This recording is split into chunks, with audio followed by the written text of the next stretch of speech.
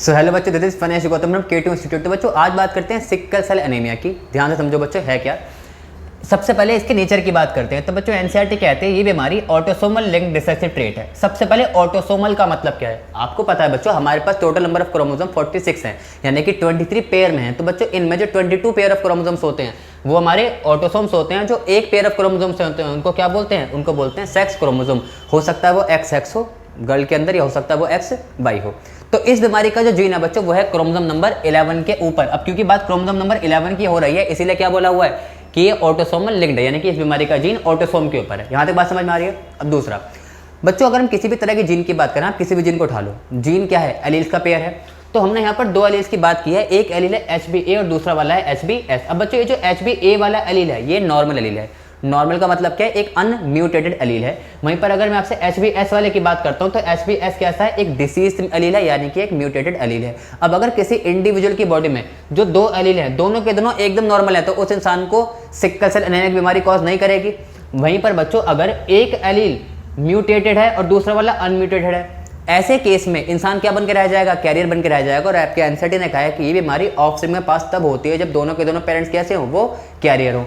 वहीं पे बच्चों अगर दोनों के दोनों एलील में ही म्यूटेशन कॉज हो जाए तो ऐसे केस पे इंसान को क्या हो जाएगा, सिकल सेल एनीमिया कॉज हो जाएगा। बात समझ में आ रही है बच्चों। अब बात करते हैं आखिर ये बीमारी होती क्यों है। अभी बीमारी होती क्यों है उसको समझने के लिए एक बार हम समझ लेते हैं सर प्रोटीन की चेन कैसे बनती है। तो ध्यान से देखो, इमेजिन करो ये डीएनए का स्टैंड है 5 प्राइम टू 3 प्राइम और ये 3 प्राइम टू 5 प्राइम। आपको पता होना चाहिए कि डीएनए के ऊपर बहुत सारे नाइट्रोजनस बेस होते हैं, ठीक है। अच्छा, हम यहाँ पे किसकी बात कर रहे हैं, हम यहाँ पर एक जीन की बात कर रहे हैं, सिकल सेल एनीमिया के जीन की बात कर रहे हैं। तो ध्यान से देखो, उसके रेफरेंस में समझेंगे कि प्रोटीन कैसे बनता है, ठीक है। तो जो nitrogenous base 5 prime to 3 prime की पोजीशन पर होंगे उसके कॉम्प्लीमेंट्री कहाँ होंगे, 3 टू 5 पर होंगे। अब जब आरएनए बनता है तो बच्चों क्योंकि जो डीएनए वो डबल स्टैंडर्ड है, आरएनए सिंगल स्टैंडर्ड है, तो होगा क्या कि डीएनए के दो धागों में से कोई एक धागा टेम्पलेट की तरह काम करेगा और वो यहाँ पर कौन है, वो 3 प्राइम टू 5 प्राइम वाला है। यानी कि जो यहाँ पर आपका mRNA बनेगा उस mRNA के ऊपर भी क्या होंगे, कॉम्प्लीमेंट्री नाइट्रोजनस बेस होंगे। बात समझ में आ रही है बच्चों। अब क्या है, ध्यान से देखना, यहां से बात बहुत इंपॉर्टेंट हो जाती है, ध्यान से दो। ये जो आपका mRNA है, इस mRNA के ऊपर जो नाइट्रोजनस बेस है बच्चों, 3 नाइट्रोजनस बेस मिलकर क्या बनाते हैं, एक कोडोन बनाते हैं। और जैसा ये कोडोन होगा उसके हिसाब से क्या आके लगता है, अमाइनो एसिड आके लगता है। यानी कि इन 3 के हिसाब से ये लग गया, इनके हिसाब से दूसरा आके लग गया, उसके आगे वाले के हिसाब से तीसरा आके लग गया। इस तरीके से पूरी की पूरी क्या बन जाती है, अमाइनो एसिड की चेन बन जाती है बच्चों। और इसी अमाइनो एसिड की चेन को क्या बोलते हैं, इसी को बोलते हैं प्रोटीन की चेन, ठीक है। क्या बोलते हैं बच्चों, प्रोटीन की चेन या पॉलीपेप्टाइड की चेन बोलते हैं। अब ध्यान से देखो, अगर बच्चों मैं आपसे बात करता हूँ सिकल सेल एनीमिया में की, तो इस बीमारी में जो प्रोटीन की चेन खराब बनती है वो हीमोग्लोबिन की है। हीमोग्लोबिन की अगर बात करें तो बच्चों इसके पास 2 अल्फा की चेन होती है, 2 बीटा की चेन होती है। तो हीमोग्लोबिन के पास जो बच्चों बीटा ग्लोबिन की चेन है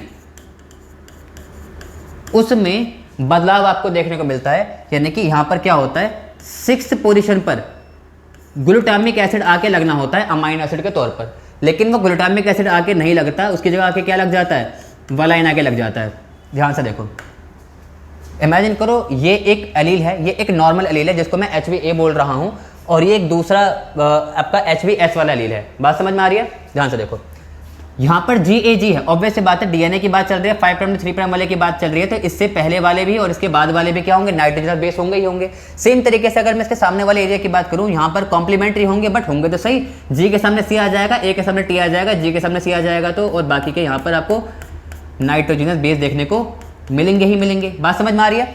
अब ध्यान से देखो, ये वाला स्टैंड क्या करेगा, टेम्पलेट की तरह काम करेगा। अगर ये वाला स्टैंड टेम्पलेट की तरह काम करेगा तो क्या बनाएगा, mRNA बनाएगा। और बच्चों अगर ये mRNA बनाएगा तो ध्यान से देखो, C के सामने G आ जाएगा, T के सामने A आ जाएगा और C के सामने G आ जाएगा।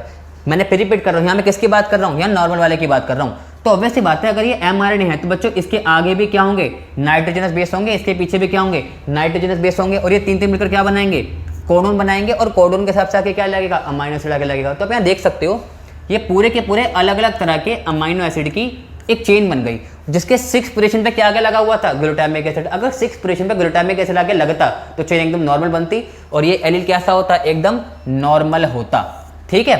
अब ध्यान से देखो, अगर बच्चों इस 5 to 3 वाली पोजीशन पर GAG की जगह गलती से A रिप्लेस हो जाए, किससे, टी से, बस एक सिंगल बेस में म्यूटेशन हुई थी, इसलिए क्या बोला हुआ बच्चों, इसको बोला हुआ है पॉइंट म्यूटेशन। आपके आंसर ने लिखा भी था क्लासिकल एग्जांपल, ठीक है। पॉइंट म्यूटेशन का कौन है, सिकल सेल एनीमिया।